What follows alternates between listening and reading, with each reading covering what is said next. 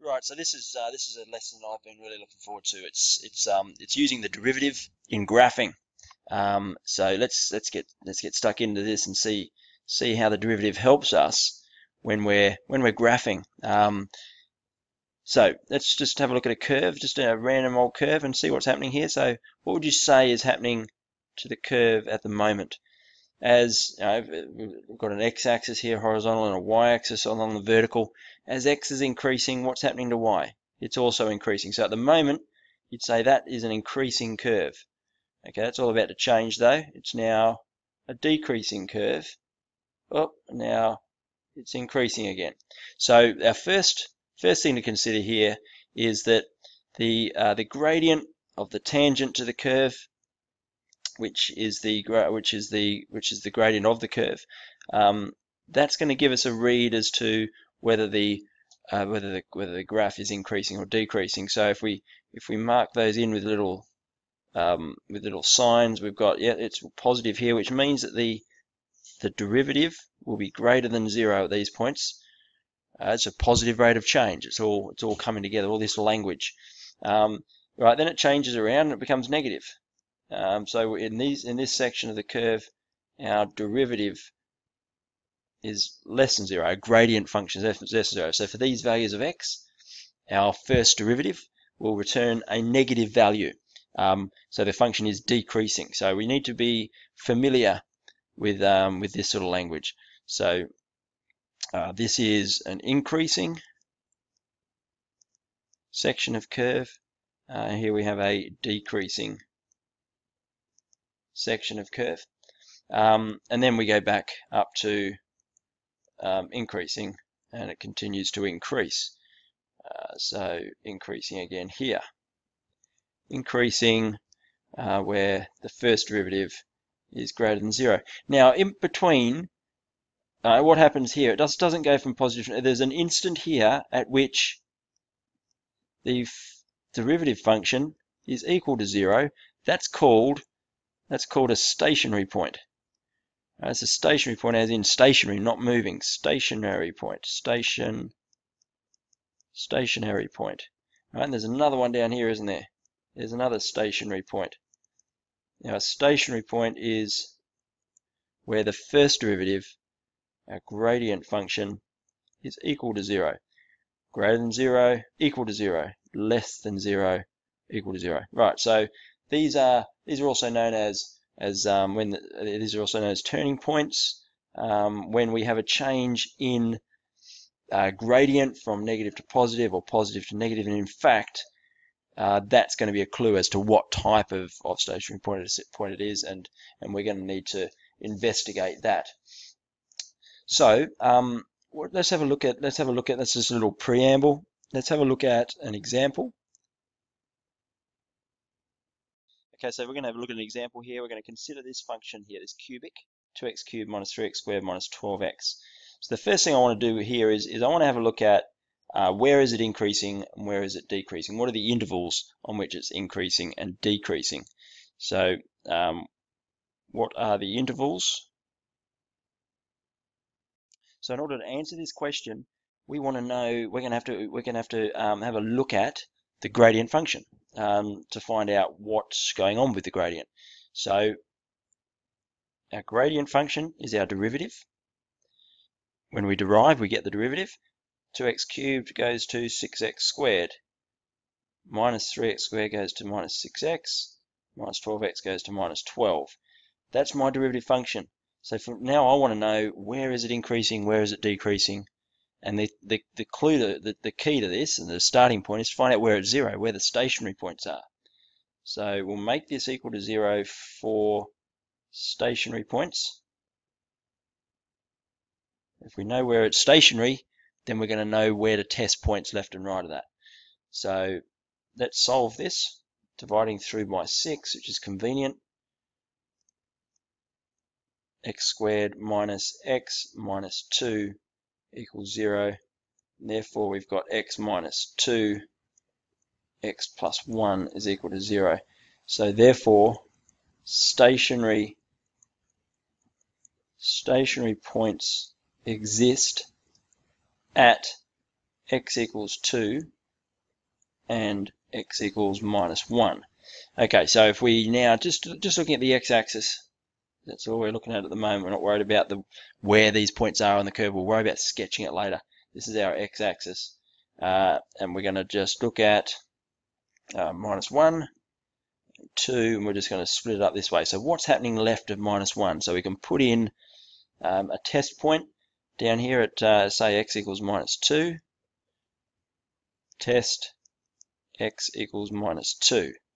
Let's see what's happening there. So at -2, we put that into not this here, not this. This is not my gradient function. I divided through by 6 in order to solve an equation. This here is my gradient function. So that's the one I use. I use that. So I put x equals -2 in here, and I evaluate. -2 squared is 4, 6 fours are 24, plus 12 is 36. That's going to be positive, isn't it? So that's going to give me a big positive here. So it's increasing from the left all the way up. So -infinity all the way up to -1. It's 0 there. So it's stationary there. What's happening between -1 and 2? So I think we all know the point to test here is going to be x equals 0. So putting in x equals 0, 0 that's going to be negative. So it's decreasing between -1 and 2. And then I'm guessing, if everything's gone to plan, that we're going to test x equals 3, and that's going to give us a positive. 3 squared is 9, 54 minus 18, 36, that's positive. So the intervals for which it's increasing and decreasing, you can see here on our interval diagram. Okay, so we've now found the stationary points, and we found out what's happening either side of the stationary point, so we can work out what the nature of the stationary points are. So the nature of the stationary points. So we want to work out the nature of the stationary points. We look at what's happening. So a stationary point here at -1 is going from positive to negative, which would indicate a positive slope is increasing. It's increasing to the left of, it's 0 at -1, and it's decreasing to the right. So that would indicate that at -1 we've got ourselves a little local maximum. We call it a local maximum because it's only a max in its locality. It's not an overall max. It's just one in the locality. So a turning point is a maximum. So the nature of the stationary points, our interval diagram here that shows what is happening to the function, whether it's increasing or decreasing, will highlight to us what the nature of these stationary points in blue are. So the nature is, as we go to 2, we test that it's decreasing to the left of 2, 0 at 2, and it's increasing to the right. So this suggests that we have a minimum at x equal to 2, and we have a max or a local max at x equal to -1. I should just say that. Local min and local max at x equals -1. So that gives us a little clue as to what's going on. So we can start to piece together the sketch of this curve. I'm just putting my axes here. X and Y, and now we have a look at, so we've got at -1, but I don't know what the Y coordinate at -1 is, so I need to go back now. -1, what is the Y coordinate there? Where do I sub it into? Do I sub it in there, or do I sub it in here? Well, I want to sketch the curve. Like this, remember, just delivers gradient information. This delivers coordinate information here. So -1 goes in here. -1 cubed is -1. 2 times -1 is -2. -2, -3 is -5. Then we need to plus 12, so that's 7. So at -1, so at -1, 7, we have a local max. All right, now at, what's the other point? X equals 2. Go back up here, we put in 2 here. 2 cubed is 8, 2 is 16. -12 is 4. -24 is -20. So at 2 -20, we have a local minimum. Okay, so the textbook uses here for local max and local min is relative max and relative min, but it's the same thing. Just to emphasize again that it's not an absolute max or min, because as you'll see in a moment, they are infinite in both directions. So at -1,7, we can go to here, and we're not going to plot this to scale by any means. We're going to go to -1,7 just here. We've got a little local max, so I can dip a little local max in there. 2 -20, so right down here, I've got a little local min, so it's going to go through there. It's worth pointing out the y-intercept, isn't it? Which is 0, and you put 0 in for x. It's going through the origin, so we're going to go through the origin here. We're going to go right down to the point 2 -20. We're going to flip around there, and at this stage, what we're doing is we're more interested in the information on where it's increasing, decreasing, stationary points. So we're not too worried about this x-intercept here or this one here. Right, so this is at 2 -20 down here, and this is at -1,7. So put those in place, and we've sketched our curve, and we've got it basically on information that we've picked up from the first derivative and the gradient of the curve at various points. But the first thing we did was we located where the stationary points were, where the first derivative was equal to 0. So there's our cubic. Just want to cover one more thing, and that is I want to have a look at the rate of change of the first derivative. So the rate of change of the gradient with respect to x, and that's the second derivative. So what we're going to do here is just have a look at what's happening in the curve. For this section of the curve, we've got a curve that's at the moment it's increasing, but if you look at it, it's increasing at a decreasing rate. So it's actually starting down here. It started off really steep and it's flattening out, and it gets to there, and it's now 0, and now it's decreasing.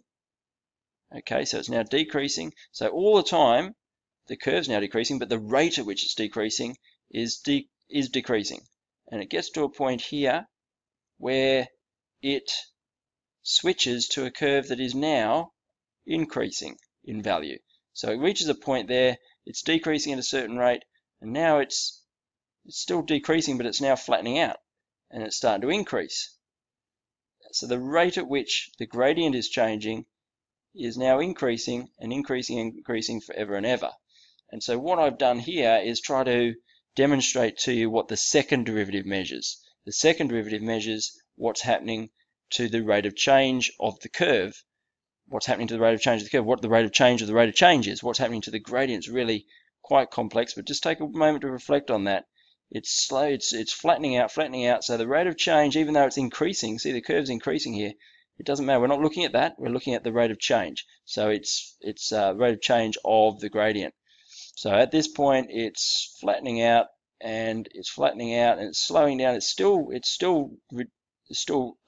reducing or getting lower, and at this point here it starts to pick up. It reaches a point where it starts to go the other way and increase. So now it's increasing. So what's happening to the negative value, because it's decreasing here, is that it's getting smaller. The negative value is getting smaller to 0. Now it turns positive. It increases forever. So this is where the second derivative is less than 0 here.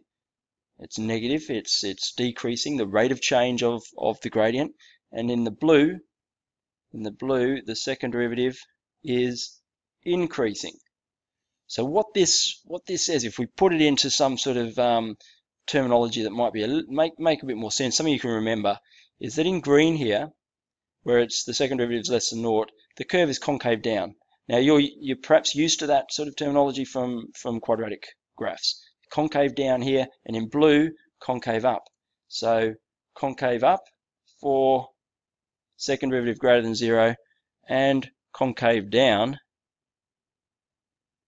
or negative for second derivative less than 0. So where the first derivative reports on gradient, the second derivative reports on concavity. So if we get a read on the concavity, we can determine the nature of the stationary points. So if we go back up and we find out the second derivative, which is 12x minus 6, come down here, let's record the second derivative, which is equal to 12x minus 6, just verify that. 12x minus 6, the second derivative. Okay, what is that equal to? That's equal to minus 12 minus 6, which equals minus 18 at minus 1, 7. It's negative, so that means it's concave down. All right, so it's got this sort of shape, so that means it's a relative max. And that's what we found out here. So we're using the second derivative rather than the locality test of gradient. Let's do it for this point here at 2. So 12x minus 6. So the second derivative is equal to 24 minus 6. 24 minus 6, which is equal to 18 at 2 minus 20. That's greater than 0. So that means that's concave up. So it's doing this, which means we have a relative minimum at 2 minus 20, and that's what we found out here as well. So that's how to use the second derivative. That's what the second derivative means. This has been quite a content-heavy YouTube. I'm going to close it there, but we can do stacks of exercises and lots of graphing now when we get back in class. So I'll see you then.